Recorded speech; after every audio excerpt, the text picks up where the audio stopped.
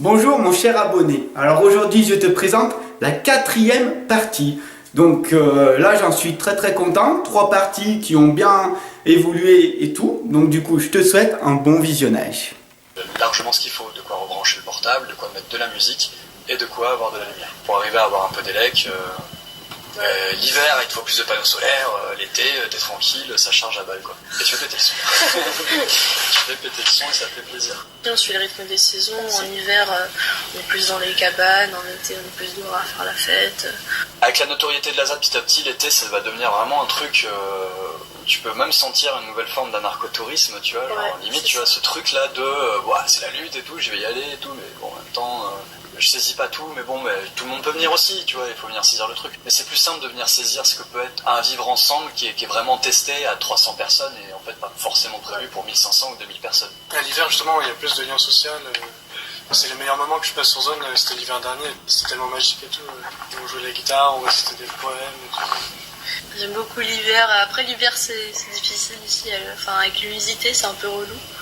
Mais bon, on s'y accommode après un certain temps. En hiver, il y a quand même l'ambiance qui est plus resserrée, ambiance résistance, et puis plus qui est parce qu'il y a moins de gens, c'est l'ambiance de l'hiver, quoi, entre petits résistants, quoi.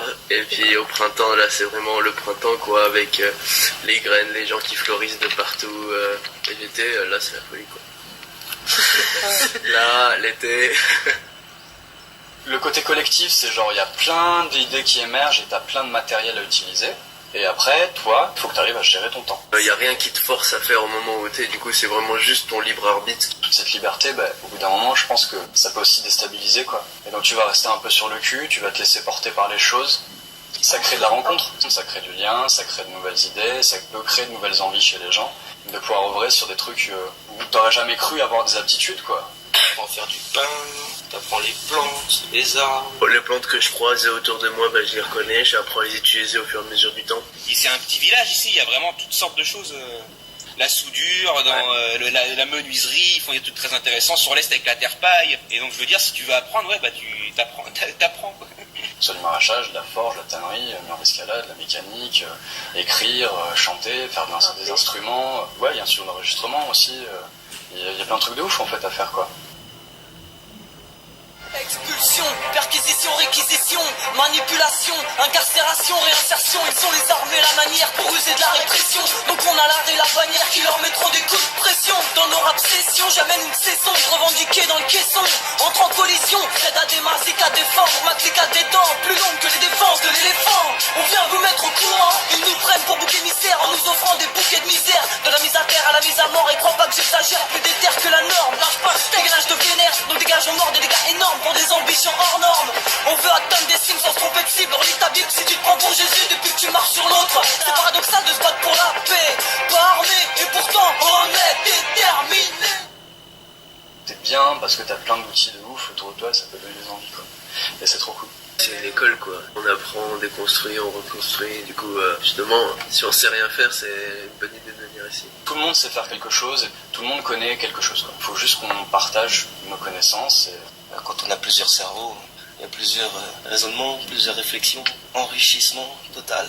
Ici, il y a beaucoup de gens qui ont des savoirs différents et du coup, avec qui tu peux apprendre plein de choses. Au final, ça fait peu de temps que je suis là et puis les gens qui arrivent maintenant, je leur montre au final ce que c'est, les trucs que j'ai appris quelques mois plus tôt et le savoir se fait tourner comme ça, c'est trop cool. C'est ça aussi que j'aime bien, c'est le fait de pouvoir apprendre. Il y a dans plein de domaines, ça peut être très matériel. Il y a des projets pour apprendre à construire des maisons en différents matériaux. Non, on répare la cheminée.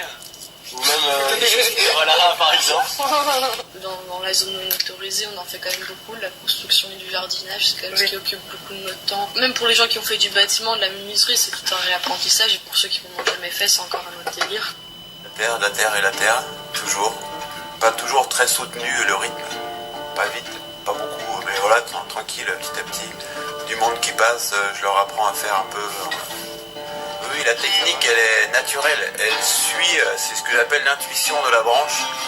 Vraiment pouvoir modeler des formes et en tressage fin, des petites branches, mais solides, au bout d'un moment, beaucoup de branches. Et de la terre, et faire vraiment des formes harmonieuses, naturelles. C'est intuitif et c'est plus facile en plus.